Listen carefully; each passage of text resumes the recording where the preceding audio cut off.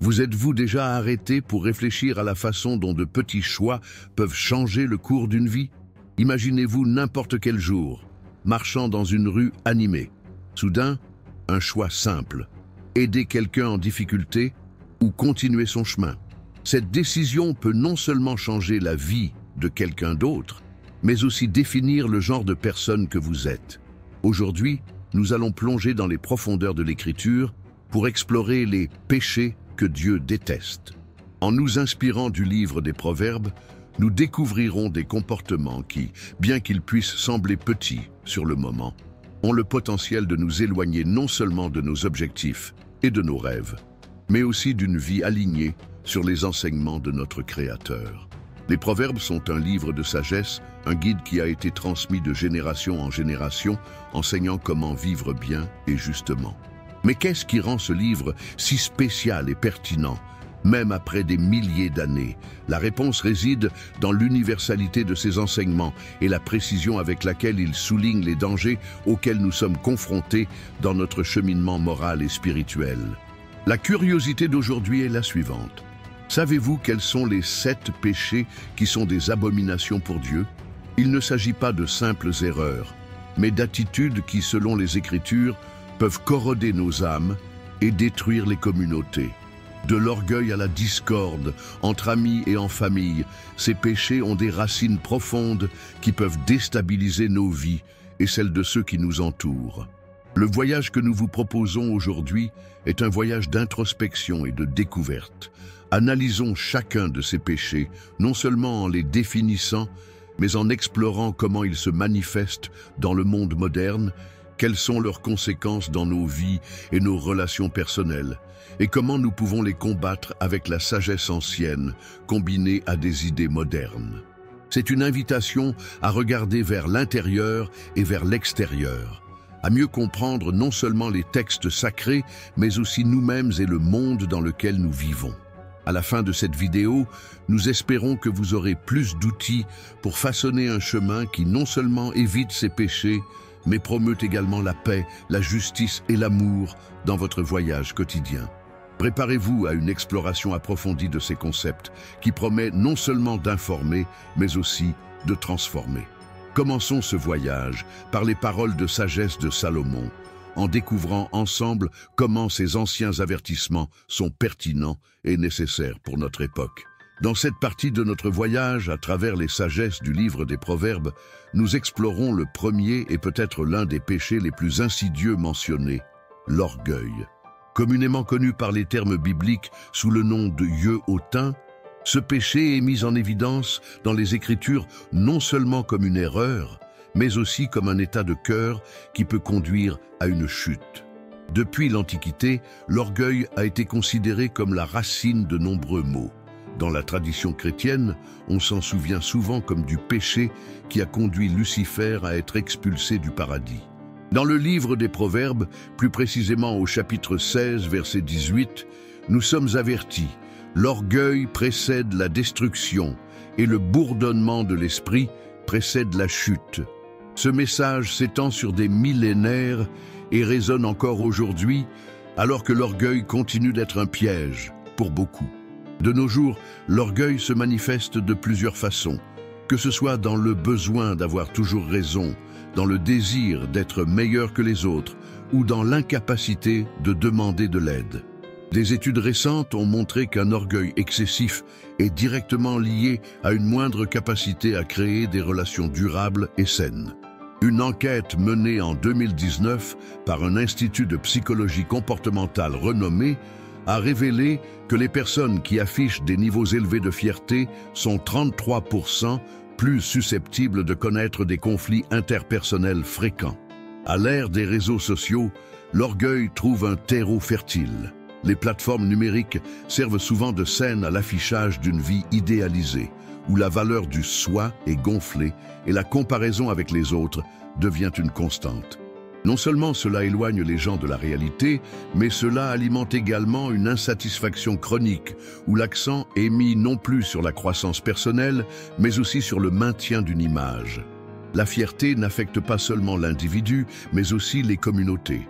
Une étude de 2021 dans le Journal of Social Psychology a indiqué que les groupes où les comportements orgueilleux prédominent ont tendance à avoir moins de coopération et plus de disputes internes. Cela est particulièrement pertinent dans le contexte familial et professionnel, où l'harmonie et le travail d'équipe sont essentiels au bien-être et à la productivité. Par conséquent, il est crucial de réfléchir à la façon dont ce péché se manifeste dans nos vies. L'orgueil peut être subtil, déguisé en confiance ou en estime de soi, mais ses racines sont dans la supériorité et l'exclusion de l'autre. Comment alors pouvons-nous le combattre? Connaissance de soi. Investir dans un parcours de connaissance de soi est essentiel. Reconnaître ses propres défauts et limites est la première étape pour atténuer l'orgueil. Empathie. Développer la capacité de se mettre à la place de l'autre vous aide à comprendre les difficultés des autres et diminue la tendance à vous sentir supérieur. Gratitude. Pratiquer la gratitude quotidiennement peut changer la perspective d'une personne sur la vie, en valorisant ce que l'on a, plutôt que de souhaiter constamment plus ou mieux. En explorant l'orgueil à la lumière des proverbes, nous comprenons non seulement la gravité de ce péché, mais aussi la manière dont il s'infiltre dans nos vies modernes. C'est une invitation à l'humilité, à la réflexion et à la croissance spirituelle et émotionnelle.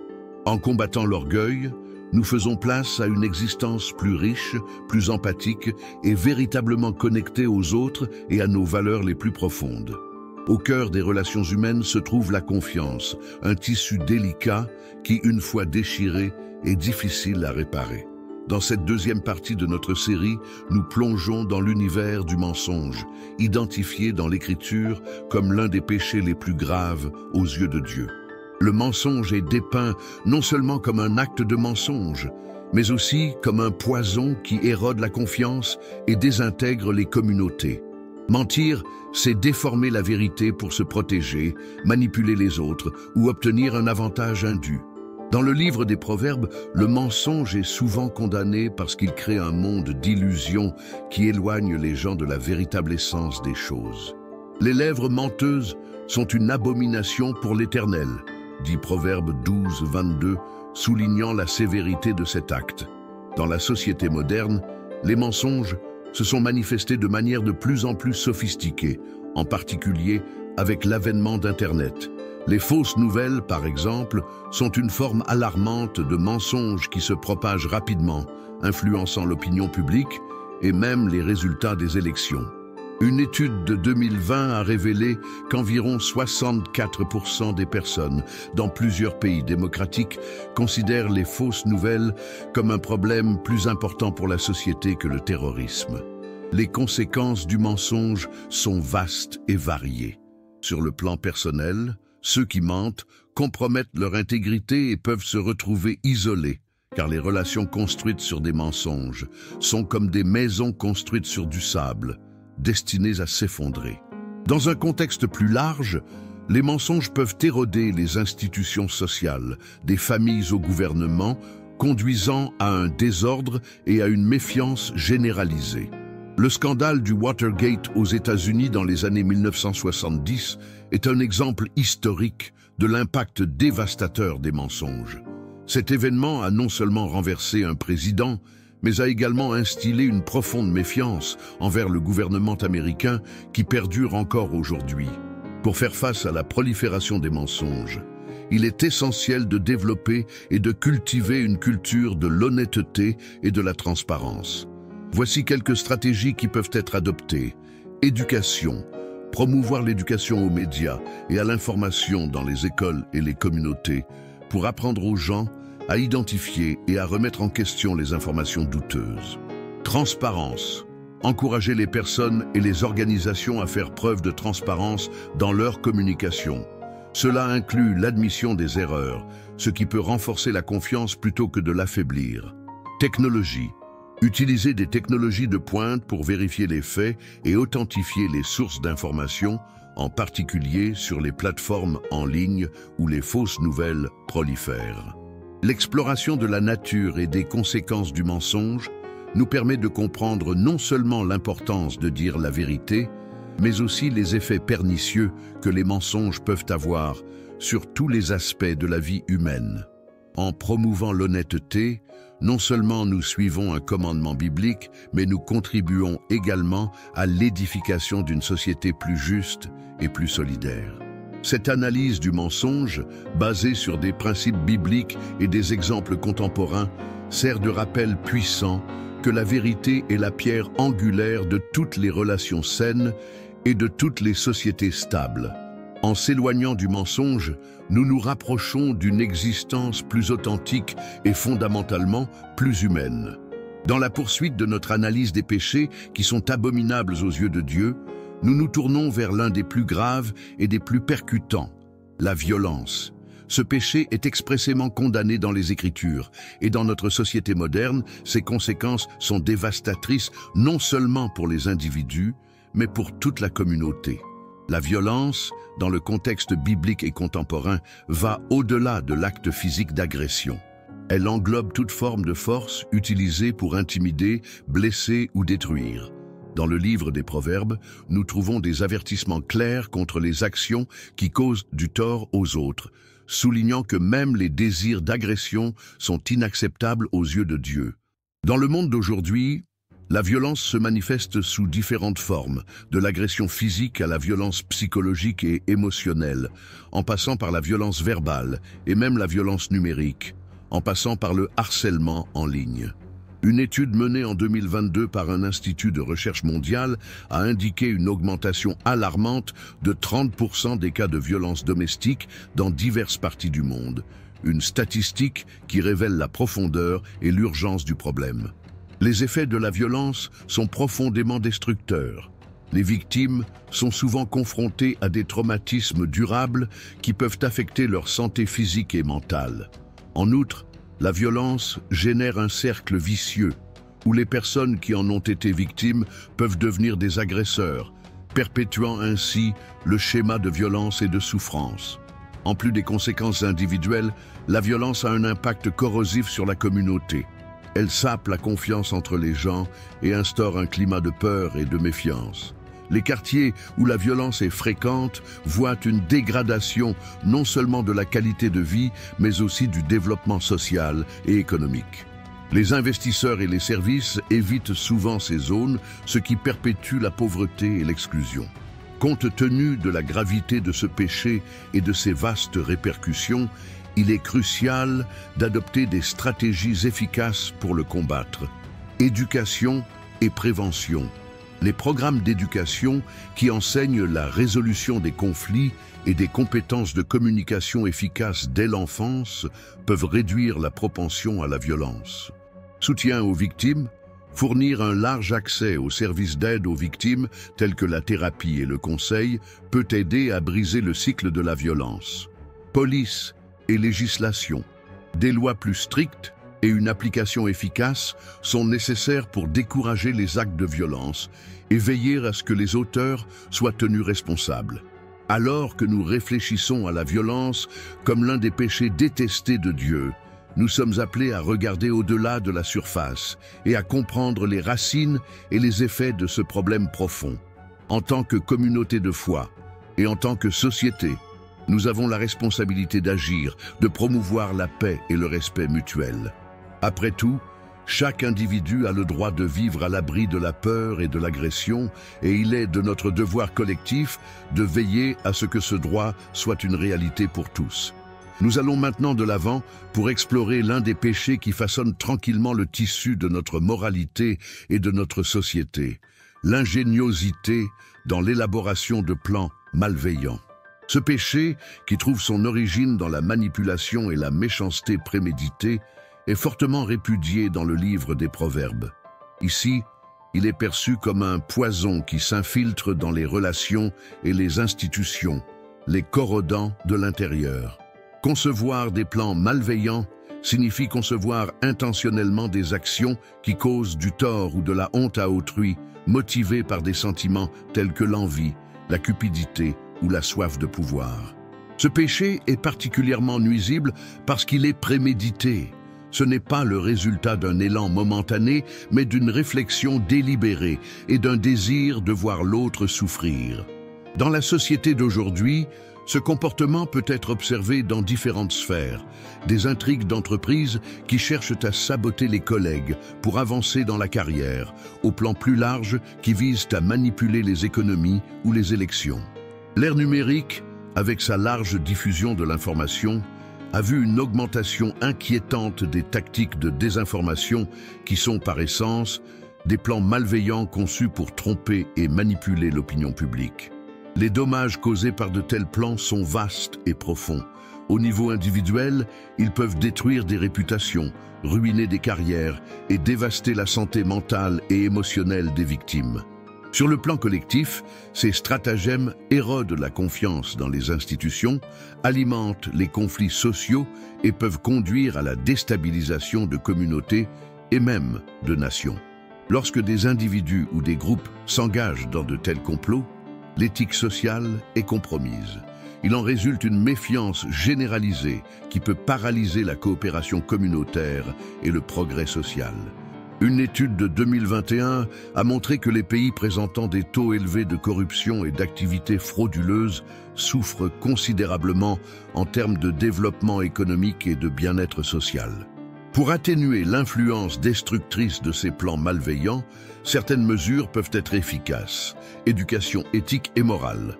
L'enseignement des valeurs éthiques et morales dès le plus jeune âge peut aider à former des individus qui valorisent l'intégrité et l'équité plutôt que le gain personnel. Transparence et responsabilisation.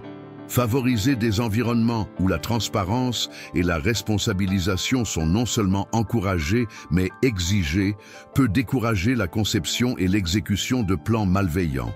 Renforcement juridique.